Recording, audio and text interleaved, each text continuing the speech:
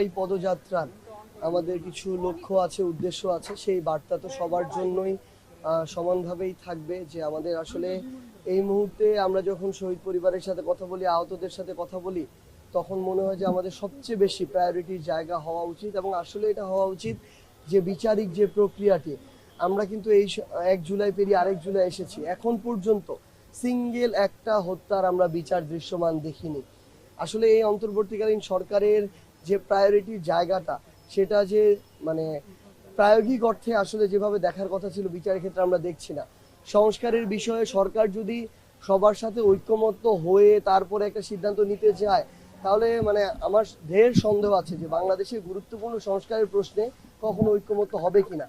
এক্ষেত্রে সরকারকে এটা মনে রাখতে হবে, তার সবচেয়ে বড় দায়বদ্ধতা, লেজিটিমেসি হচ্ছে এত বড় একটা অভ্যুত্থান, এত মানুষের জীবন দেয়া, রক্ত দেয়া, এবং সরকারকে স্ট্রংলি কিছু জিনিস দুই একজন ব্যক্তি, দুই একটা দলের বিরুদ্ধে গিয়েও নিতে হবে, যেটা দেশের স্বার্থে গুরুত্বপূর্ণ।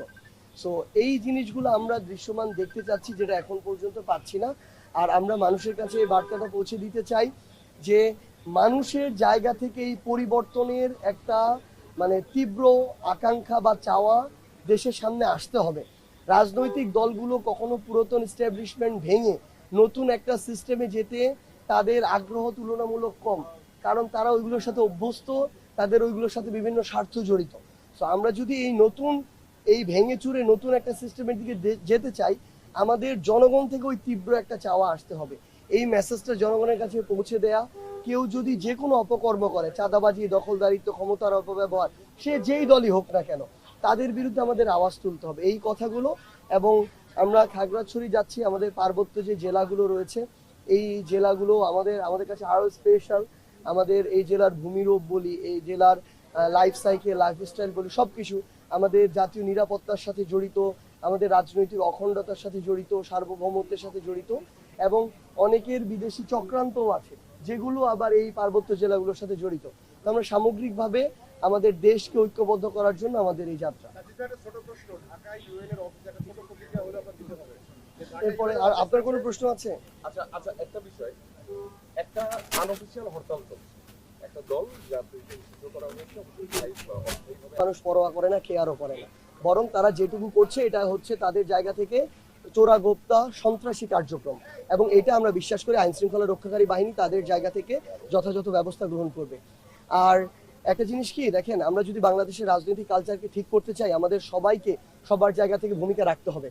আমি যদি তর্কের খাতিরে ধরেও নেই যে নাসিরউদ্দিন পাটোয়ারি কক্সবাজারে যেটা বলেছেন, সেটা আমাদের হয়তো অনেক রাজনৈতিক ব্যক্তিবর্গের প্রত্যাশা অনুযায়ী ছিল না, কিন্তু গতকালকে বিএনপির আরেকজন মুখপাত্র জনাব ইশরাক রহমান তার বক্তব্যে যেভাবে উলঙ্গ করে কিছু মানুষকে মারার কথা বললেন, তারপরে তার বক্তব্যে যেভাবে কটূক্তি করা, একদম খুব নিম্নমানের শব্দ ব্যবহারকে যেভাবে কথা বললেন, এটা তো নাসিরউদ্দিন পাটোয়ারির বক্তব্যের চেয়ে অনেক ডিগ্রি নিচের বক্তব্য, অনেক লেয়ার নিচের বক্তব্য।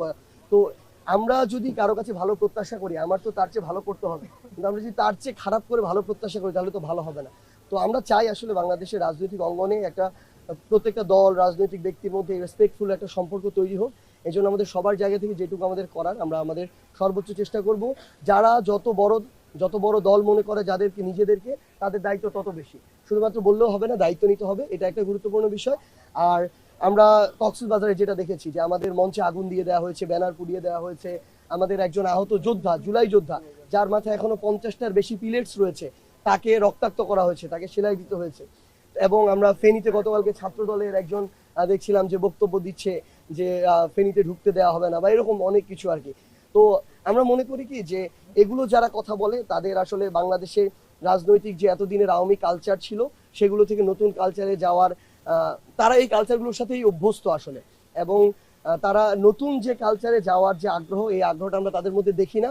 কিন্তু একটা জিনিস, ওই নতুন কালচারের জন্যই আমাদের এই ফাইটের জন্য আমাদের যদি প্রয়োজন হয় যে আবার আমাদেরকে কেউ রক্তাক্ত করুক, এটা নিয়ে আমাদের সমস্যা নেই, কিন্তু ওই নতুন কালচার স্ট্যাবলিশ করার প্রশ্নে আমরা বিন্দুমাত্র আপোষ করবো না। ইশরাক হোসেন বলেছেন রাজনৈতিকভাবে এনসিপিকে ঘেরাও করা হবে। ইশরাক হোসেন এবং তার দলের প্রতি কি আহ্বান? না, আমার কাছে গতকালকে ইশরাক ভাইয়ের বক্তব্য শুনে মনে হয়েছে তিনি একেবারেই তার জায়গা থেকে একদম আবেগের বশবর্তী হয়ে এই বক্তব্য দিয়েছেন। আমি পলিটিক্যাল ম্যাচিউরিটির কোনো কিছুই তার বক্তব্যের মধ্যে আসলে দেখিনি। তো আমরা প্রত্যাশা করি যে আমরা এর আগের যে ইশরাক ভাইকে দেখেছি ফ্যাসিস্ট বিরোধী লড়াইয়ে, ওই ইশরাক হোসেনের ভূমিকায় তিনি যাবেন, এই ধরনের বক্তব্য তার কাছে কখনোই প্রত্যাশিত নয়। এবং রাজনৈতিকভাবে তিনি মোকাবেলা করার, 1 ঘন্টায় সরকার পতন ঘটানোর যে ধরনের কথাবার্তা বলেন, এই কথাবার্তাগুলো কখনো একটা রাজনৈতিক দলের এমন